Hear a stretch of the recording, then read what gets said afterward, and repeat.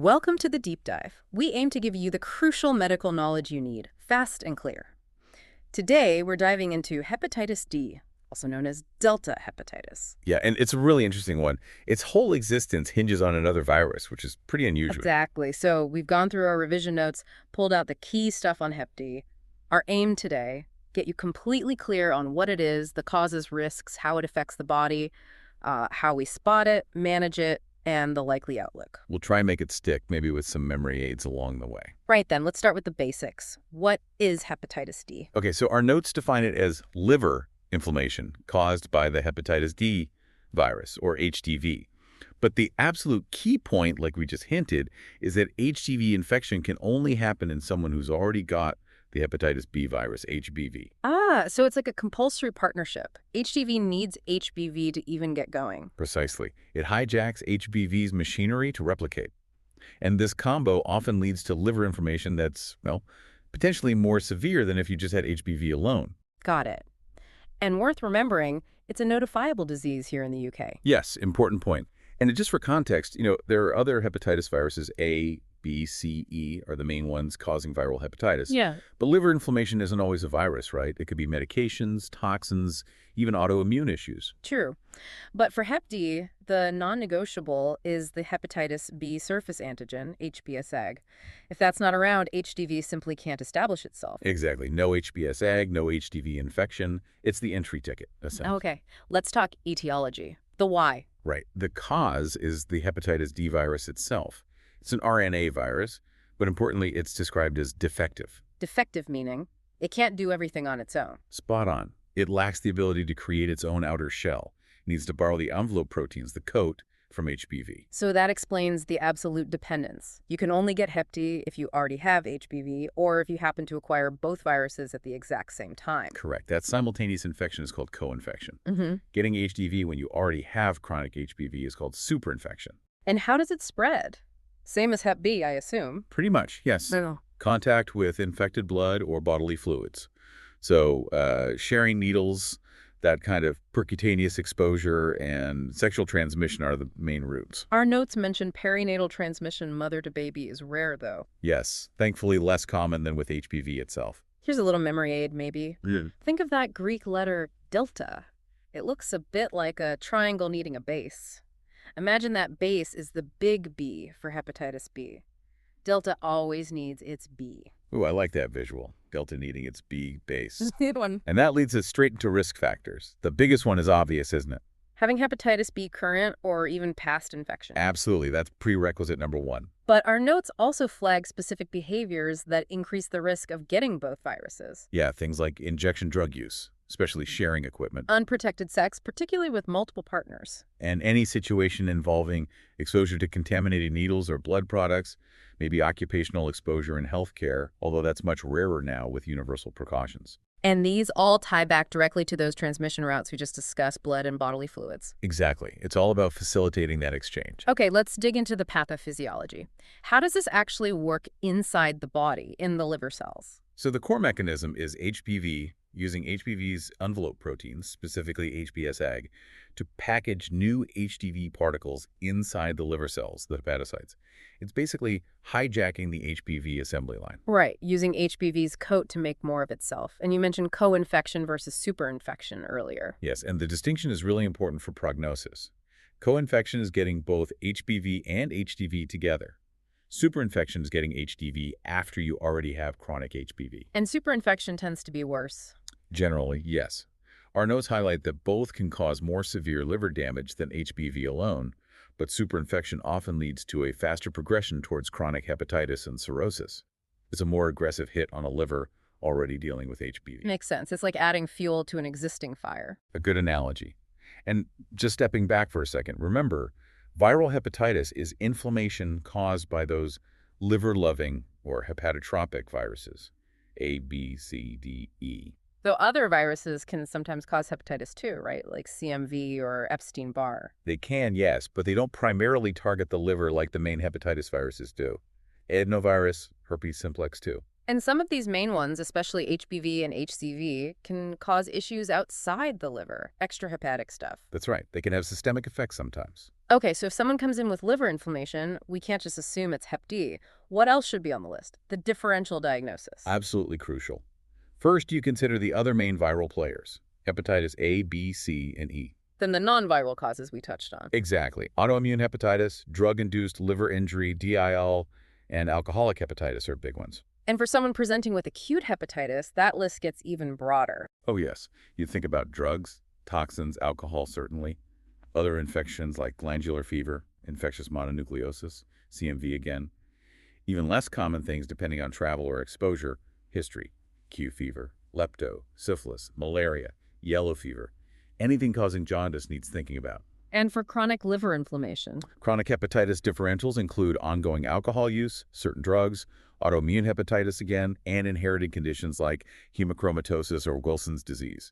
And this is the key filter for Hep D. You absolutely must have that positive HBsAg result to even consider HDV. 100%. If HBsAg is negative, hepatitis D is off the table. Okay, let's look at the numbers. Epidemiology. How common is this? Globally, the estimates are around 15 to 20 million people with HBV are also co-infected with HDV, so significant number worldwide. And it's more common in certain parts of the world. Yes, our sources pinpoint areas like the Mediterranean basin, parts of Eastern Europe, the Middle East, across Africa, and parts of South America. In these regions, HDV is a really important cause of severe liver disease and cirrhosis. What about here in the UK? It's considered relatively rare in the general UK population. But potentially more prevalent in certain groups. Exactly. You might see higher rates in people originating from those high prevalence regions we just mentioned, or within specific high-risk groups, like people who inject drugs, mirroring the HBV patterns. And just generally, the hepatitis landscape in the UK has changed a bit, hasn't it? It has, largely thanks to vaccination against Hep A and Hep B. Those have decreased significantly. And there's much more recognition now of hepatitis E as a cause of acute hepatitis in the UK. Right. Useful context. So clinical features. How might someone with hepatitis D actually present? Well, often it looks very similar to hepatitis B. The presentation can be really variable, could range from completely asymptomatic, no symptoms at all, To really severe acute hepatitis. exactly. When symptoms do show up, they're the typical ones. Fatigue, jaundice, the yellow skin, and eyes, dark urine, maybe some abdominal pain, and enlarged liver you might feel on examination. And the critical thing is that chronic HDV infection really ramps up the risk of cirrhosis and other liver complications down the line. Definitely. Just to quickly recap, general acute viral hepatitis symptoms, because they overlap, nausea, vomiting, muscle aches, that profound fatigue, right upper quadrant pain, sometimes altered mental state in severe cases, maybe cold-like symptoms initially, light sensitivity, headache, sometimes diarrhea, pale stools, dark urine.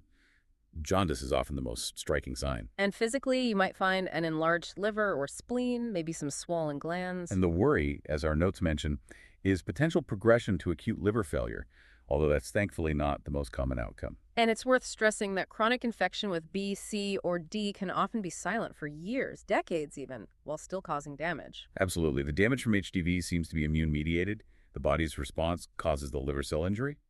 And having both HDD and HBV just significantly increases the risk of severe hepatitis, rapid progression to cirrhosis, and liver cancer compared to HBV alone. So how do we confirm the diagnosis? What are the key investigations? Okay, the core tests are serological. First, you need to confirm HBsAg is positive, proving HBV is present. The prerequisite. Exactly. Then you test specifically for HDV antibodies, that's anti-HDV. And can you detect the virus itself? Yes, using HDV RNA testing, usually via PCR, reverse transcriptase PCR. This directly detects the viral genetic material. Alongside the specific tests, you do standard liver tests. Oh, absolutely. Sure. Liver function tests, LFTs, are crucial to see how inflamed or damaged the liver is. Imaging like ultrasound, CT, or MRI might be used too, mainly to look for signs of chronic liver disease, cirrhosis, or complications like liver cancer. And sometimes a liver biopsy. It might be needed, yes, particularly to stage the degree of fibrosis or inflammation to assess how much scarring there is. It gives a direct look at the liver tissue. Our notes also mention other tests might be needed depending on the situation. Yeah, if someone's very unwell, showing signs of liver failure, or if cirrhosis or cancer is suspected, you'd likely do a full blood count, check kidney function, urea, and electrolytes. And importantly, clotting studies like the INR, as liver failure affects blood clotting. And maybe repeat the hepatitis serology panels just to be thorough. Definitely. Confirms the HBV status and rules out other coexisting viral hepatitis. Right, so we've found it. How do we manage hepatitis D, particularly here in the UK? Well, the main strategy, according to our sources, is actually controlling the underlying hepatitis B infection. Because there isn't a specific widely available drug just for HDV. Not really, no. So the approach is to use antiviral medications that target HBV things like nucleoside or nucleotide analogs. By suppressing HBV replication, the hope is to indirectly reduce the impact of HDV, since HDV relies on HBV. Makes sense. Hit the helper virus. Exactly. But the most crucial thing, really emphasized in our notes, is prevention through HBV vaccination. Ah, because if you prevent Hep B, You automatically prevent Hep D, co-infection, or superinfection. It's the cornerstone of preventing HDV. So HBV vaccination is key. good point. What about actual treatments for established HDV infection? Options are a bit limited, but improving. Pegylated interferon alpha is one possibility. It has antiviral and immunomodulatory effects. It can sometimes lead to HDV clearance, but has significant side effects. And liver transplant. But that's an option for end-stage liver disease caused by HDV, potentially curative if successful, but obviously a major procedure with its own risks and challenges. Our notes mention a newer drug, bulevirtide. Yes, bulevirtide. It's an entry inhibitor stopping HDV and HBV from getting into liver cells. NICE has recommended it for adults with chronic Hep D and compensated liver disease, especially if interferon isn't suitable or hasn't worked. It's a significant step forward. Okay, good to know there are evolving options. Now, prognosis. What's the long-term outlook like? It really varies. Factors like how severe the liver disease is when diagnosed, whether cirrhosis is already present, and how the person responds to treatment all play a role. But the unfortunate reality is that chronic hepatitis D significantly increases the risk of progressing to cirrhosis, developing hepatocellular carcinoma, liver cancer, and eventually liver failure compared to HBV alone. So, early diagnosis and management are really critical for improving those outcomes. Absolutely. Regular monitoring is essential to catch complications early and adjust management. Which brings us neatly to complications. What are the main ones we worry about with Hep D? Our notes list the big ones. Developing chronic hepatitis, if not already present, liver cirrhosis, liver failure, and hepatocellular carcinoma. And just to reiterate, the risk of these is substantially higher with HDV-HBV co-infection compared to just having chronic HBV. Yes, significantly higher. That synergistic damage is a real concern. It really highlights the need for close follow-up, proper medical care, and focusing on those preventive strategies, especially HBV vaccination. Couldn't agree more. Those are vital. Okay, let's wrap up this deep dive on hepatitis D, the main takeaway. It's a serious liver condition, but it only affects people who also have hepatitis B, and unfortunately, it often makes the liver disease more severe. And because of that dependency, the #1 way to prevent hepatitis D is to prevent hepatitis B, primarily through vaccination. Definitely. Now, if you want to consolidate this and explore more revision resources, do check out passthemsra.com. And for a great range of free learning materials, including notes and questions, head over to freemsra.com. Both excellent sites to support your medical learning. And finally, thinking about Hep D really drives home how interconnected viruses can be.